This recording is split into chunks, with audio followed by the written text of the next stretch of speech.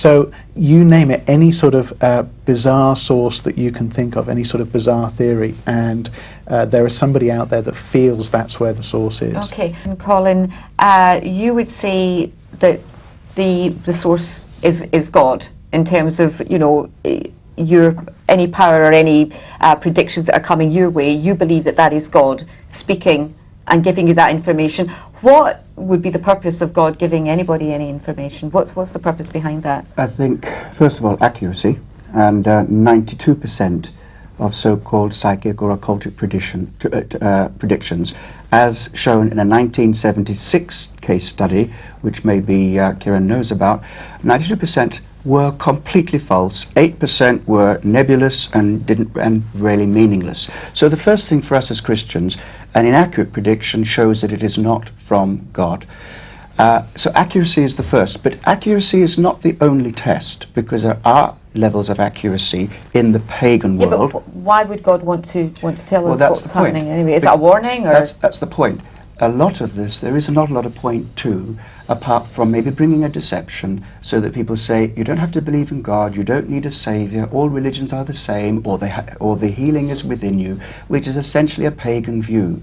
What Titania has put forward is pagan religion. It is non-Christian, pre-Christian, and even, as we've heard today, anti-Christian. So for us as believers, as Christians, though any word that God will give, any intervention in our life, and it's not given like on demand, but any intervention in our life is to associate us more closely with the heart, the mind, and the will of Jesus Christ.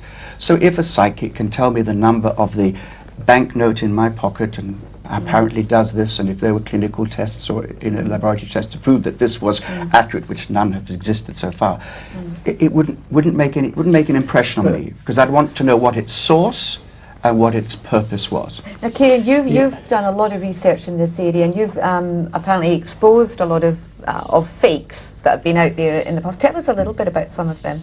Okay, hoping there are no lawyers around. Yes. Don't name names. No, I won't name any names, but parapsychologists, and certainly skeptical parapsychologists, are aware of a number of techniques that psychics and mediums can use to give a reading that may appear accurate, but on the face of it, it's not. A simple technique is just to use vagueness and ambiguity. So give a reading that's extremely vague, extremely ambiguous, but when the person leaves and they think back on it, they'll remember it as though it's specific. They won't remember the whole reading, or they'll put interpretations on it. You know, so they'll read into it stuff that wasn't actually there. In addition to that, if I give you a reading face to face, you're going to think it's more accurate than it actually is, just because I'm giving it to you and only you. So you come there for a service. What about, say, for example, the police consulting psychics, and you know, we hear about that. Is that true that the police consult psychics to help find a missing person? Or no, in this country, no. In this country, it's not true. And I'll explain why. In North America, it is. There are some police forces that do actually consult psychics. In this country, it's not true, although some people like to think it is. The reason why is because psychics may actually, they may see a case on the television, an abducted child, a missing person, and they will call into the local police station or the senior investigating officer and say, I've had a vision, I think this is where you're going to find the child, or I think this is what's happened. The police, they have a responsibility to take that information, because they don't know if it's from somebody who is connected to the crime in some way, who wants to give information anonymously. So they have to log the call. And then the psychic just says, well, I called up the police officer and they took down my information. And it implies that they helped the investigation. So we don't have a record in this country where the police have said, right, we've got this person that's missing, we haven't got a clue where to start, let's contact a psychic. They don't do that. Any of the big cases, I don't mind mentioning his name. Uri Geller, for example, was involved in a missing person case in the Northwest. He was called in by the family, and that's what you get. There's a lot of the Northwest in this country. The Northwest in this country. He was called in by the family because they had a very strong belief in it. And there are other. Chris Robinson, for example, who's known as the Dream Detective, he says that he dreams of future events that would help the police or help MI5, and he provides them with that information. And it's another simple case of, yes, he does actually provide the information, but it's not the police actively seeking out. Titania, how do you, these skills, are they gifts? Can someone learn them? How did you acquire these skills? I'd just like to say I agree with what Kieran said. I think there are a lot of people who maybe do feel their source out by working with the person and even reading. We give off very subtle signals. We give off body language signals and how we dress and how we speak. All these things can be quite indicative. So it's quite a test if you're actually not looking at someone to see how you get on, which is something that I like to do. To answer your question, what do my own feeling about the way that this works is that we really are radio transmitters. I think we've lost the ability to do it. If you place people who are in a society where there's less use of mobile phones and less use of emails and so on, place them in a situation where they're not able to access each other that way, they are able to get in touch telepathically quite strongly. So my feeling about how it works for me, and I'm not an evangelist about saying this is how it is for everyone, I appreciate people do have this. A lot of people, for example, believe they're mediumistic. I don't, but I don't discount that they say that because some people get their information differently. My feeling is that it is about understanding another person's subtle electrical signals in here, and as to how we can tell the future. In a way it comes down, I haven't got a great theory, but I like to think that, as Henry James and Virginia Woolf said, character is destiny. I think that is so. I think if you can sense somebody's character, even in a crisis point, you can feel where their character is going to go to. So that would lay me open to a charge that it could be autosuggestion. I was going to say, it doesn't have to be psychic ability. You might be talking about somebody who's a very good psychologist, or giving information that becomes a self-fulfilling prophecy then. I can agree that it sometimes, I think it can, although very often you do find information that is so bizarre that it can't just be self-fulfilling in that way. But you're third generation, I agree with that aren't point. you, Titania? Yes. So there have been, obviously, there's a history in your family. Is this something that one can inherit, or you have to be fortunate enough to have been in that family?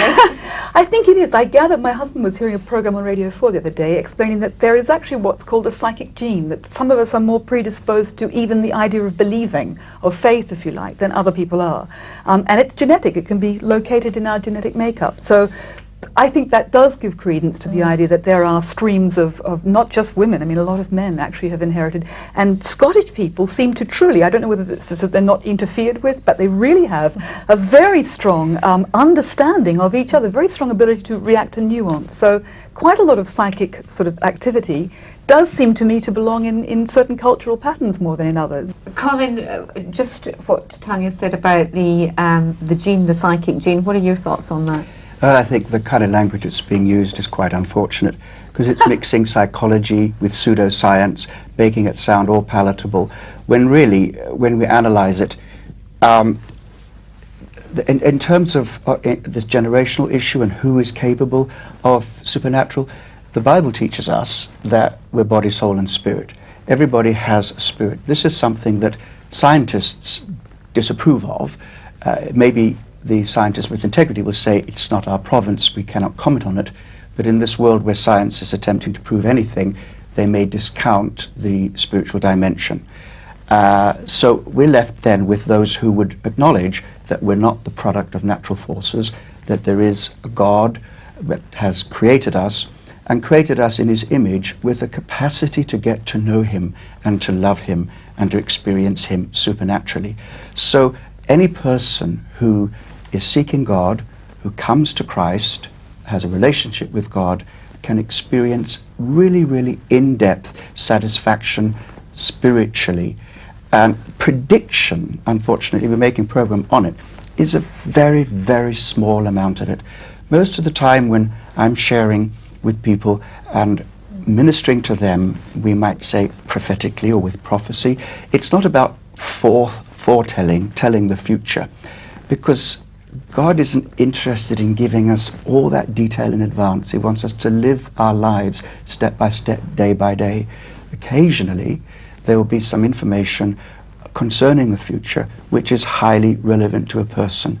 And in that time when we give that word, it's to help that person through it.